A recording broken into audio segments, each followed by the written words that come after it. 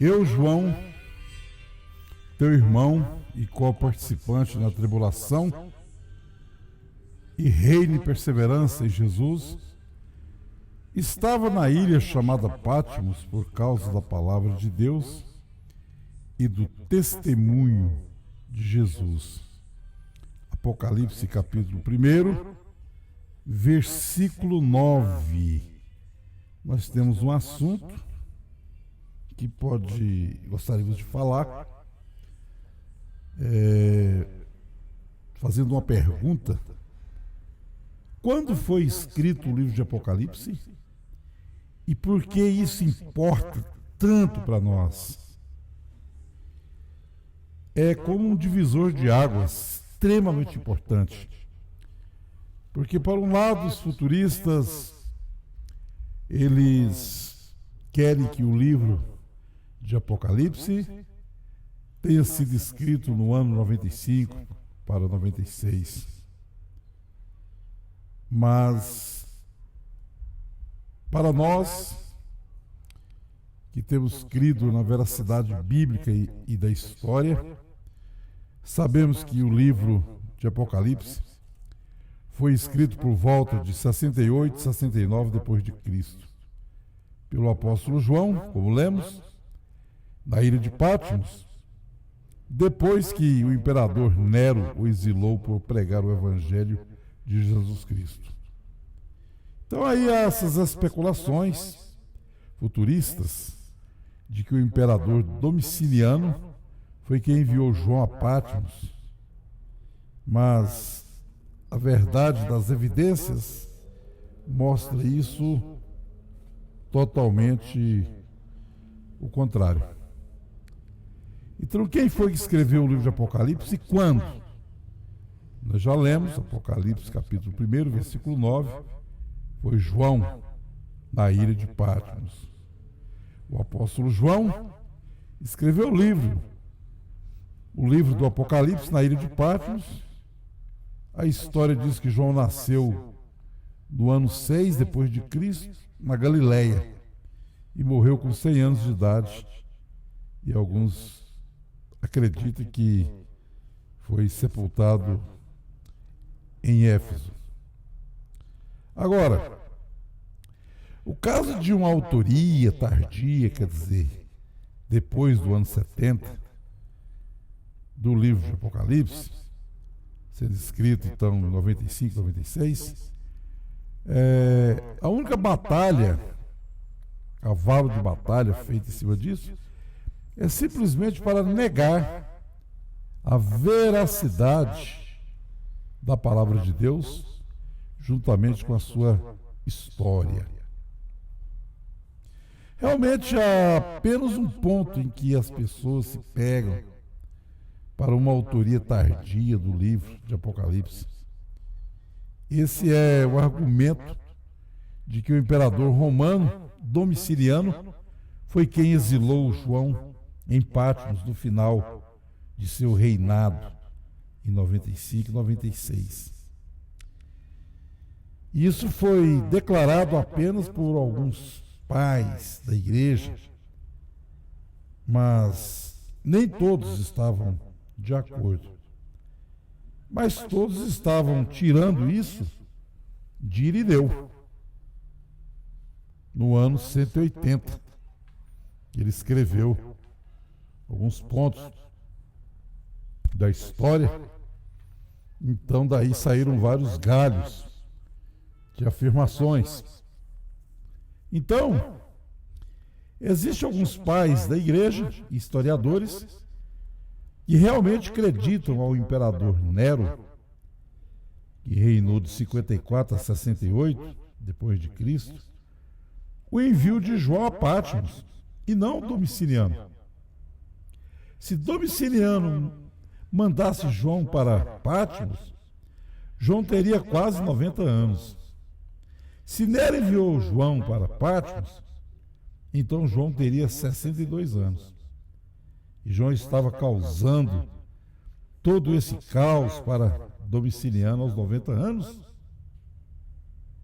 E como ele saiu de Patmos para morrer em Éfeso dentro de 4 anos, aos 94 anos? Com isso dito, o caso de Domiciano ser o único a enviar João para Patmos é um pouco fraco, é sem sustentabilidade. Os únicos lugares que mencionam essa história são alguns dos pais da igreja, e por mais que nós os respeitamos, muitos deles, pelo mérito de seus trabalhos, isso não tira nada que eles fizeram pelo Evangelho, mas a questão é que eles não são perfeitos, eles não foram infalíveis. Por exemplo, vamos olhar para a igreja, vamos falar aqui do padre Jerônimo, 340 a 420 depois de Cristo. Jerônimo afirma claramente que o imperador Domiciano exilou João a Patmos. Ele também afirma claramente que Nero exilou João para Patmos. Você entende o que eu quero dizer? Aqui ele afirma que foi Domiciano, ali diz que foi Nero. Você entende isso? Ou quer dizer, do pai da igreja, vamos falar aqui de Irineu, no ano 180. Ele ensinou que Paulo e Pedro construíram a igreja em Roma, o que eles claramente não fizeram. Podemos ver grandes erros como esse e, honestamente, algumas interpretações malucas dos pais da igreja o tempo todo. Novamente, não estamos dizendo isso para tirar o mérito do trabalho dos pais da igreja que eles fizeram. Estamos apenas trazendo isso para provar o ponto que os pais da igreja não são infalíveis, não são perfeitos. O único infalível e perfeito chama-se o Senhor Jesus Cristo. Então pensa nisso, por um segundo. Irineu existia ali para o ano 180. E ele está fazendo comentários sobre algo que aconteceu por volta do ano 70. Irineu era de Roma e comentava um evento que aconteceu em Éfeso, que ficava ali mais ou menos 830 milhas de Roma.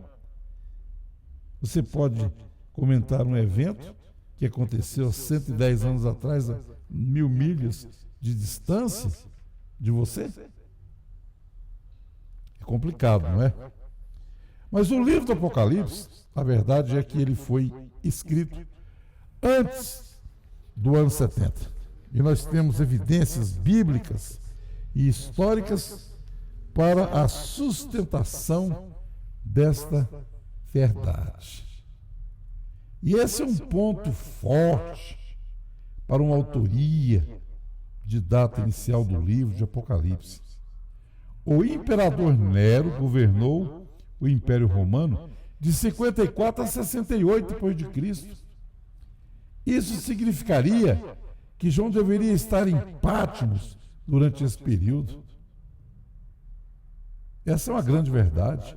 Nós olhando para dentro da Bíblia, para dentro de Apocalipse, capítulo 17, nós vamos ver algo aqui tremendo. Esses 7 reis de Apocalipse. Presta atenção nisso.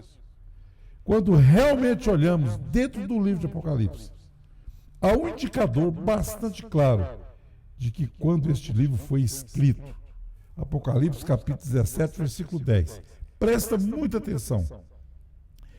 Eles também são 7 reis. Verso 10. 5 caíram, um está e o outro ainda não chegou. Mas quando vier, deve permanecer apenas um pouco. Essa passagem que fala dos imperadores romanos nos diz exatamente quantos governadores já haviam chegado, qual deles estava no poder e o que o próximo duraria apenas um pouco. Se nós dermos uma olhada em como ele se encaixa perfeitamente, como que Nero é o imperador romano do primeiro século.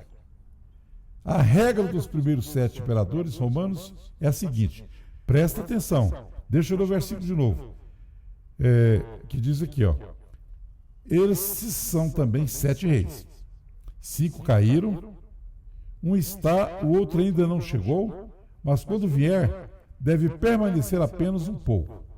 Então vamos aqui para a regra desses 7 reis. 5 caíram. Qual foi o primeiro? Júlio César, de 49 a 44 AC.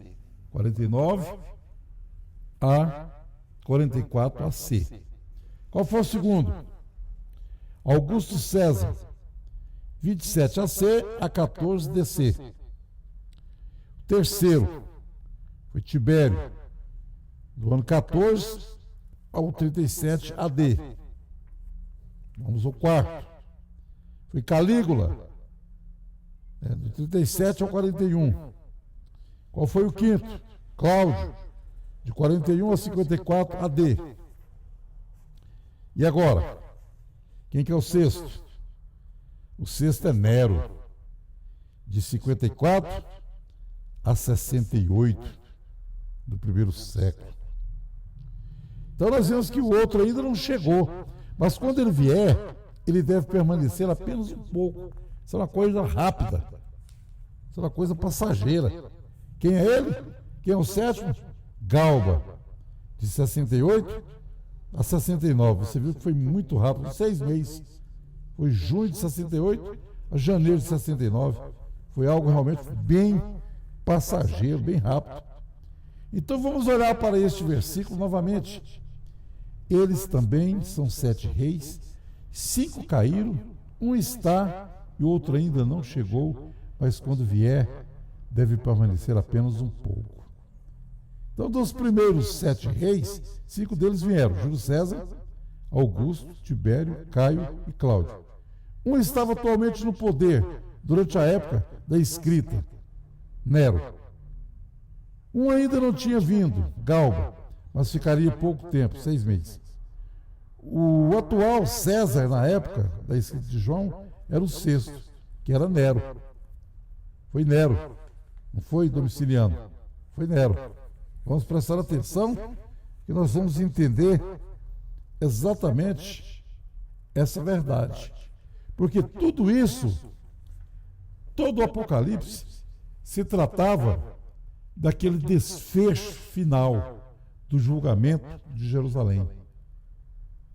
Quando ele viria em juízo para julgar Jerusalém e colocar fim a uma aliança que já havia envelhecido.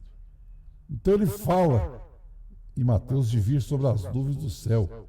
Quando você vê essa afirmação na Escritura, tanto no Velho Testamento como no Novo Testamento, falando de estrelas brilhar a sua luz, de a lua não brilhar a sua luz, de estrela cair do céu, isso se trata de julgamento, de juízo.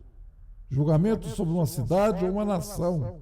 Isto é exatamente o que Jesus veio fazer. Foi isso que aconteceu, terminando ali no ano 70. Então, eis que ele vem com as nuvens e todo olho verá, mesmo aqueles que o traspassaram, e chorarão por causa dele todas as tribos da terra. Sim, amém. Agora veja, a frase, aqueles que o traspassaram. Vamos olhar aqui, gente. Aqueles que o traspassaram não apenas faz referência aos soldados romanos, que literalmente perfuraram o seu lado, mas também se refere ao povo do primeiro século. Agora veja como é que pensa o pensamento das pessoas futuristas. Que quando Jesus voltar, visivelmente nas nuvens do céu, o mundo vê nele vindo, que aqueles que traspassaram ele, que crucificaram ele, vão ver ele. Até os que traspassaram. Gente, isso não faz nenhum sentido. Porque quando eles dizem que os mortos, os pecadores e os ímpios, só vão ressuscitar depois do milênio, no juízo do trono branco, como eles afirmam ao mesmo tempo que até aqueles que os traspassaram vai ver ele? É tanta contradição que só Deus na causa.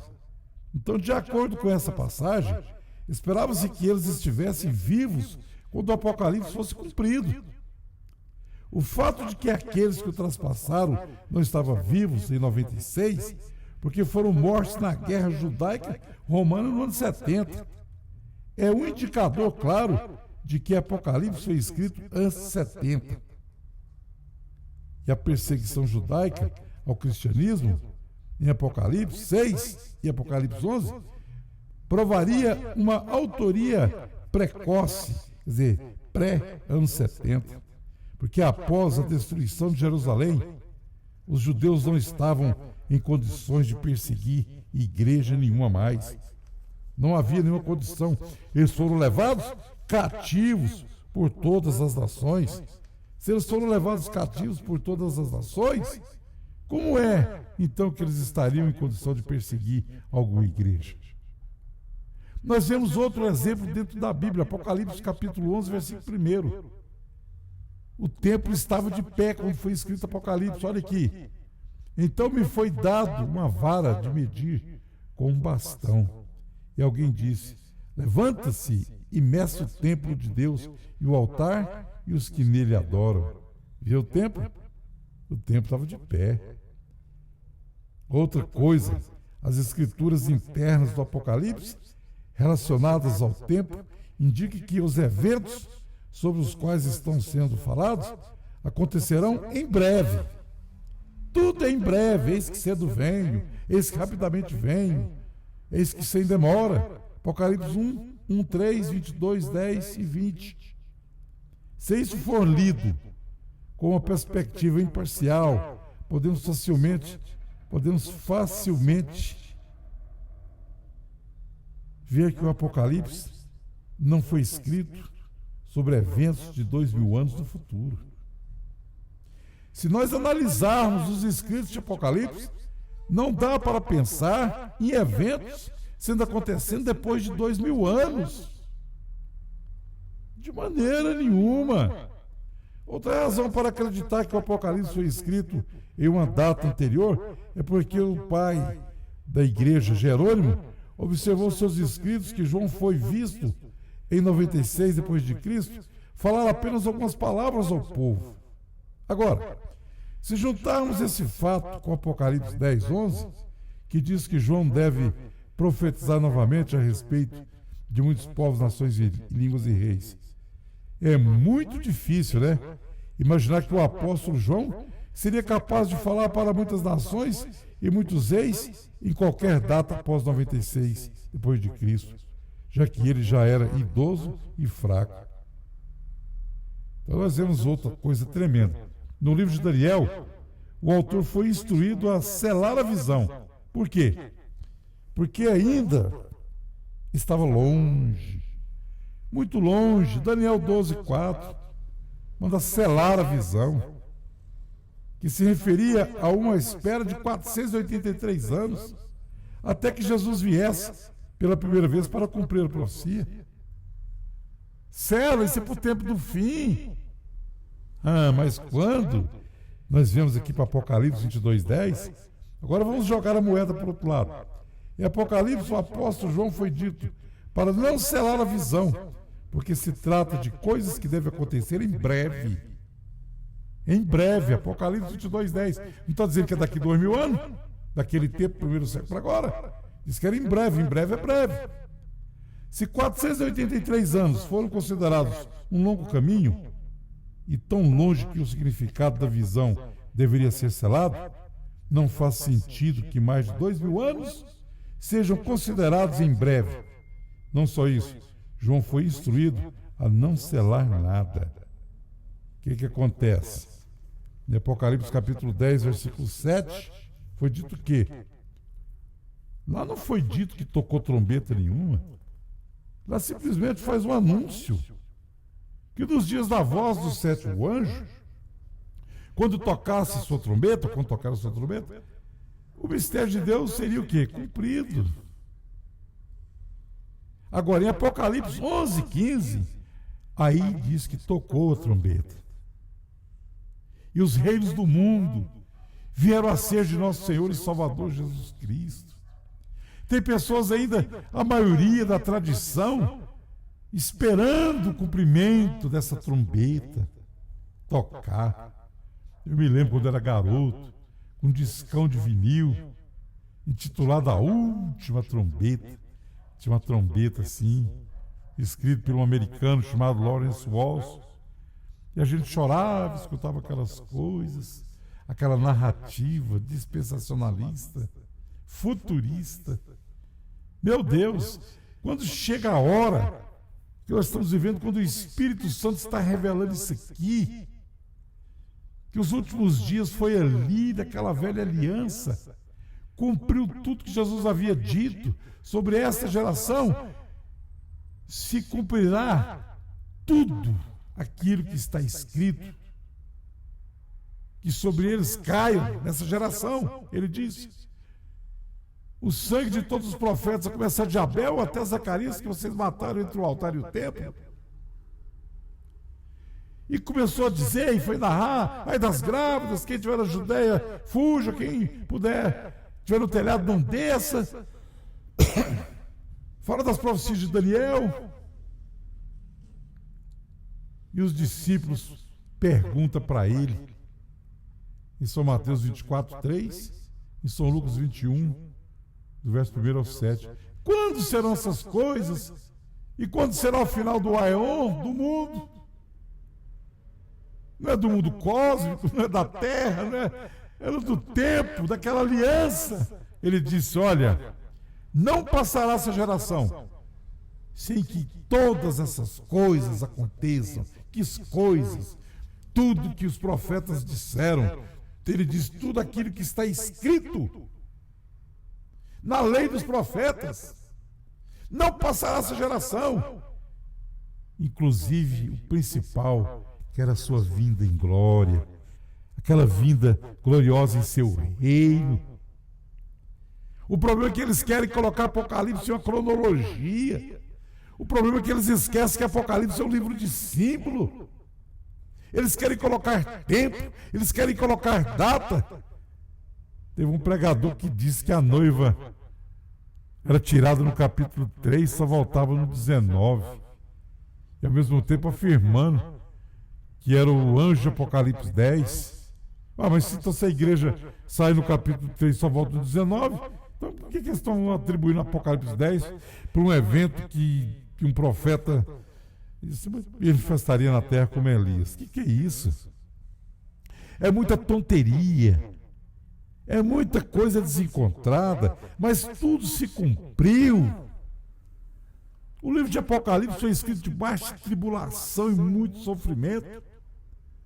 E João escreveu isso por meados de 68 e 69. Por que eles querem que seja escrito em 95?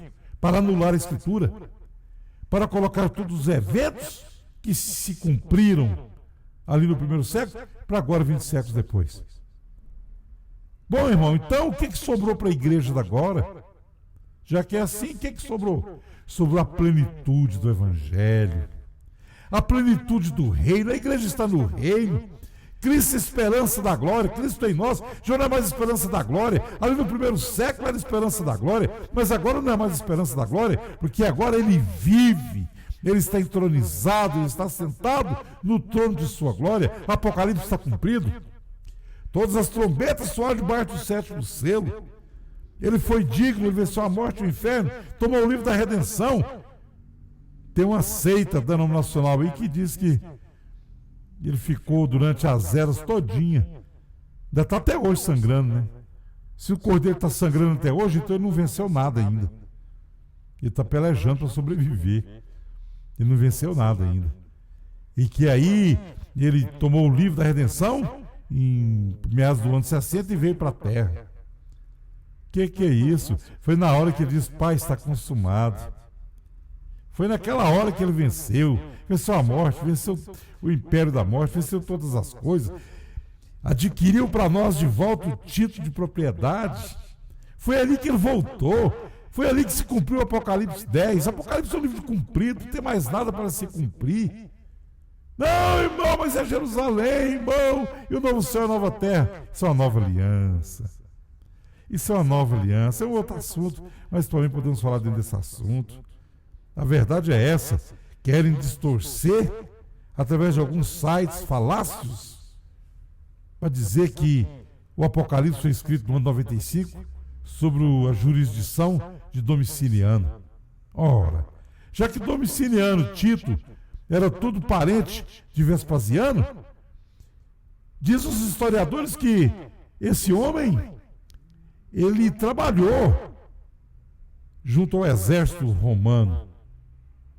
E se então Nero mandou levar João para lá e ele, ao trabalho, usando ali, trabalhando com Tito no exército, foi comissionado a coercitivamente levar João para a ilha de Patmos.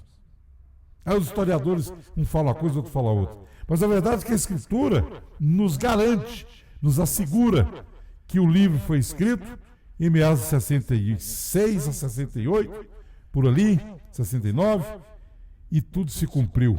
O cerco de Jerusalém veio, Jerusalém foi destruída, o templo foi derrubado, e os judeus que restaram, que não foram mortos, foram levados cativos para as nações.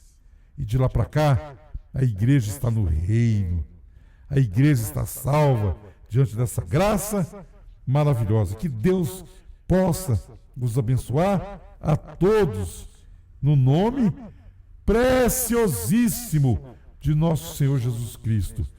É muito importante saber disto, desta afirmação, ter esse conhecimento, para saber que está cumprido. Estamos no reino.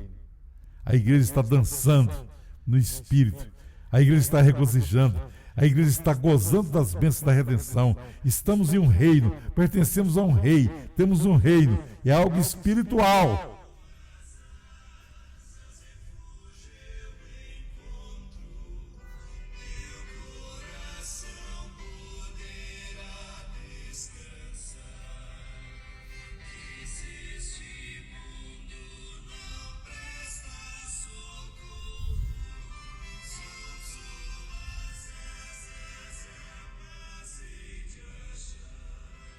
Amém. Deus os abençoe. No nome do Senhor Jesus Cristo, que haja compreensão, que haja revelação, que haja entendimento, em nome do Senhor Jesus Cristo. Amém.